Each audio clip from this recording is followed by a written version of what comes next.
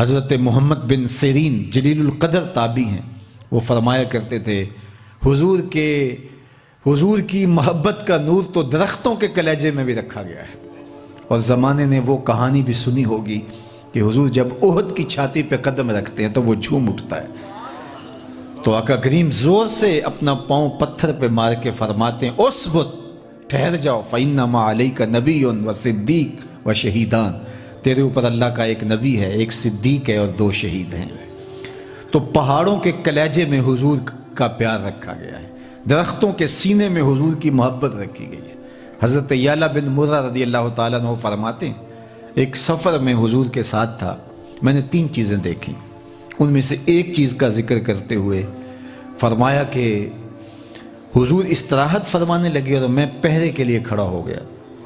دور صحرا میں ایک درخت تھا، میں کیا دیکھتا ہوں کہ وہ ہلنا شروع ہو گیا، تھوڑی دیر کے بعد جڑوں سمیت اکھڑ کے شاخوں کے بل اپنے آپ کو گھسیٹتا ہوا میرے برابر آ کے کھڑا نہیں ہو جاتا۔ تھوڑی دیر تک کھڑا رہا، جھومتا رہا، پھر واپس جا کے جہاں سے وہ اکھڑا تھا وہیں جا کے نصب ہو گیا۔ میرے لیے حیرت زدہ ماحول تھا، لیکن میں کس سے بات کرتا، کوئی تھا ہی نہیں۔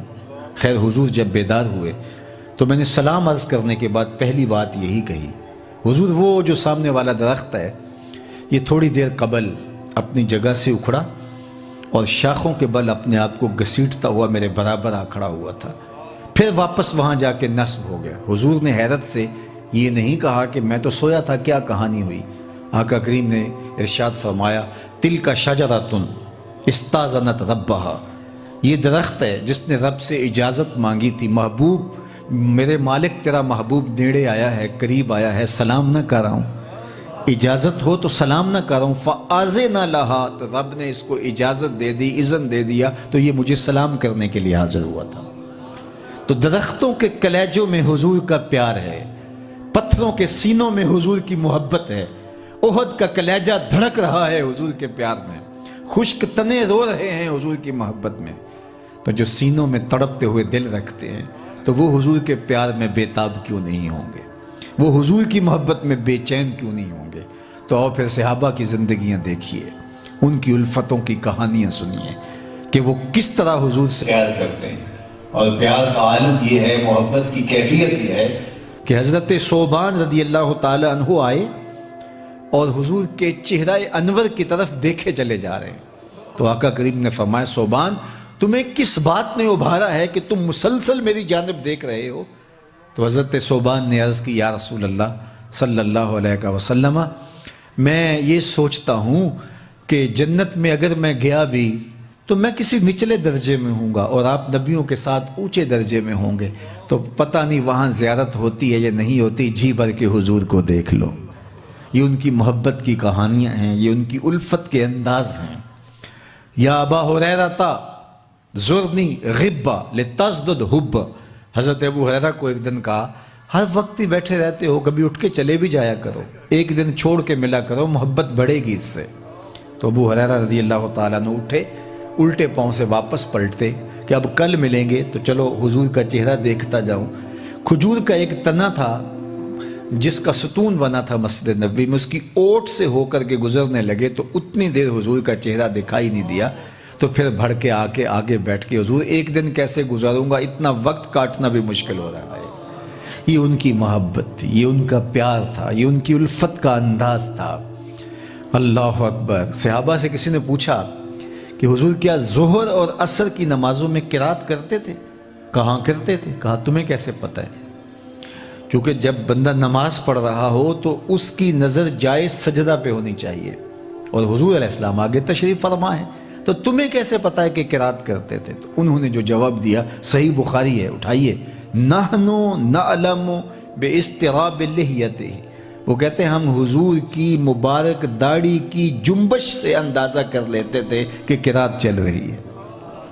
تو نماز بھی چل رہی ہے اور رخ محبوب کی دید بھی چل رہی ہے۔ حضرت کعب بن مالک رضی اللہ تعالیٰ عنہ کی کہانی سنیے، اور یہ بھی صحیح بخاری ہے، باب ثلاثۃ الذین خلفوا، سورہ توبہ میں جن کا ذکر ہے، ایک غزوے میں پیچھے رہ گئے تھے، حضور ان سے ناراض ہو گئے تھے اور حضور نے ان سے بولنا چھوڑ دیا تھا، اور یہ بہت بے چین ہوتے، مسجد نبوی میں آتے اور کہتے میں حضور کے قریب ہو کے نماز پڑھتا، اصلی قریبا منہ، میں نماز حضور کے نیڑے پڑھتا۔ اللہ اکبر۔ لیکن آگے کہانی سنیے، نیڑے کیوں پڑھ کے؟ ثواب زیادہ ہو یہ غرض ہو سکتی ہے، لیکن انہیں بتا دیا کہ میں قریب کیوں کھڑا ہوتا تھا۔ کہا اصلی قریبا منہ فاسارقہ النظر، میں اس لیے نیڑے نماز پڑھتا، نماز بھی پڑھتا رہتا اور چوری چوری حضور کی دید بھی کرتا رہتا۔ اللہ اکبر۔ یہ ان کی محبت کے رنگ تھے، ان کی الفتوں کے انداز تھے، ان کی محبت کی کیفیت تھی۔ حافظ شیرازی نے کہا کہ جتنا عشق میں نے اپنے محبوب سے کیا ہے، وہ اپنے محبوب سے مخاطبت کرتے ہوئے کہتا ہے کہ اتنا کسی نے پیار اپنے محبوب سے نہیں کیا ہوگا جتنا میں کیا ہے۔ اور پھر آخر میں کہتا ہے اس لیے کہ اگر میرے عشق میں فراوانی ہے تو تیرے جیسا سونا بھی تو زمانے میں نہیں ہے، چونکہ محبت کی کشش حسن کی فراوانی سے ہوتی ہے۔ تو اگر صحابہ جیسی محبت کسی نے نہیں کی تو آپ دیکھیں کائنات میں مصطفیٰ جیسا زمانے میں ہے بھی تو کوئی نہیں۔ لکھاں آئے لوگ زمانے تے محبوب خدا جیا کوئی نہیں، لکھاں سونے بن بن بہندے نے او دی خاک پا جیا کوئی نہیں۔ جو حسن انہیں دیا گیا، کل قمر لیلۃ البدر لم ارا قبلہ ولا بعدہ مثلہ، کیا پوچھتے ہو؟ حضرت ابو ہریرہ فرماتے ہیں 14ویں رات کا چمکتا ہوا چاند تھے حضور۔ پھر کہا نہیں نہیں نہیں، حضور جیسا نہ پہلے دیکھا نہ بعد میں دیکھا۔ حضرت حسان بن ثابت بولے دیکھتے کیسے؟ کسی ماں نے جنم دیا ہوتا تو دیکھتے۔ خدا نے وہ سچائی پن چھڑیا جہدے وچ محمد نو ٹالیا سی۔ حسینہ جمیلہ دا منہ موڑ دیتا، محمد بنا کے قلم توڑ دیتا۔ ایسا پیکر تراشا، ایسا جمال دیا، ایسی خوبصورتی عطا کی۔ اللہ اکبر۔ تو کہا کہ اگر میرے جیسی محبت کسی نے نہیں کی تو اس لیے کہ تیرے جیسا سونا بھی تو کوئی نہیں۔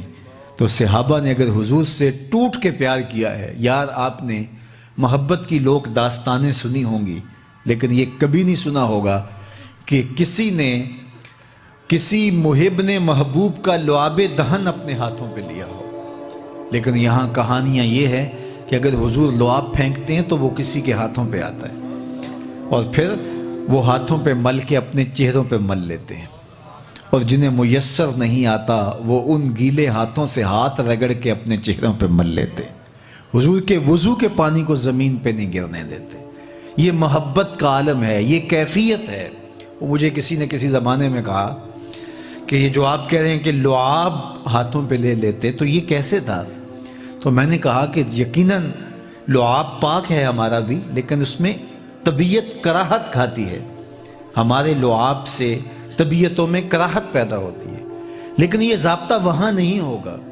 اور اس کی مثال میں نے یہ دی کہ ہر مکھی کا اگلان، ہر مکھی کا لعاب جو ہے وہ طبیعتوں میں کراہت پیدا کرتا ہے، لیکن انہی مکھیوں میں اسی شکل کی ایک مکھی شہد کی ہے، لیکن اس کا لعاب شفا بھی ہے، غذا بھی ہے، دوا بھی ہے، اور اس کو شوق سے ہم لیتے ہیں اور قیمتاً خریدتے ہیں۔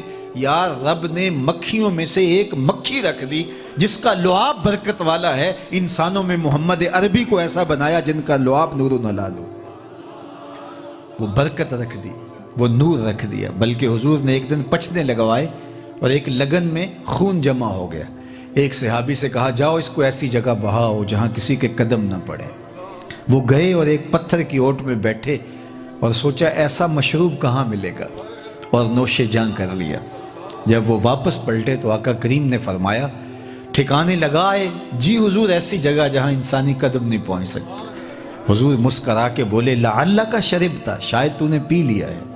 اس نے کہا جی حضور۔ قالا یا غلام قد حررتا نفسک من النار، اے بیٹے تو نے اپنے آپ کو آتش دوزخ سے بچا لیا ہے، تیرے خون میں میرا خون شامل ہو گیا۔ تو میرے اور آپ کے خون، میرے اور آپ کے لعاب، میرے اور آپ کے پسینے کی مثال اور ہے۔ یہاں طبیعتوں میں کراہت پیدا ہوتی ہے، لیکن وہ جن کا بدن نور ہے، جن کی آنکھیں نور ہیں، جن کا سراپا نور علی نور ہے، اور ان کے بدن کے متعلقات بھی نور علی نور ہیں اور برکت اور شفا کا سامان اور ذریعہ ہیں، تو محبت کے یہ نوکھے انداز زمانے نے دیکھے۔ کائنات میں کوئی ایسا محبوب نہیں ہوگا، کوئی ایسا سونا نہیں ہوگا، کوئی ایسا جو ہے وہ کائنات کا مطلوب نہیں ہوگا اچھا میں ایک اور بات کرتا ہوں کہ ہم اگر حضور سے پیار کرتے ہیں تو یہ کتنا بڑا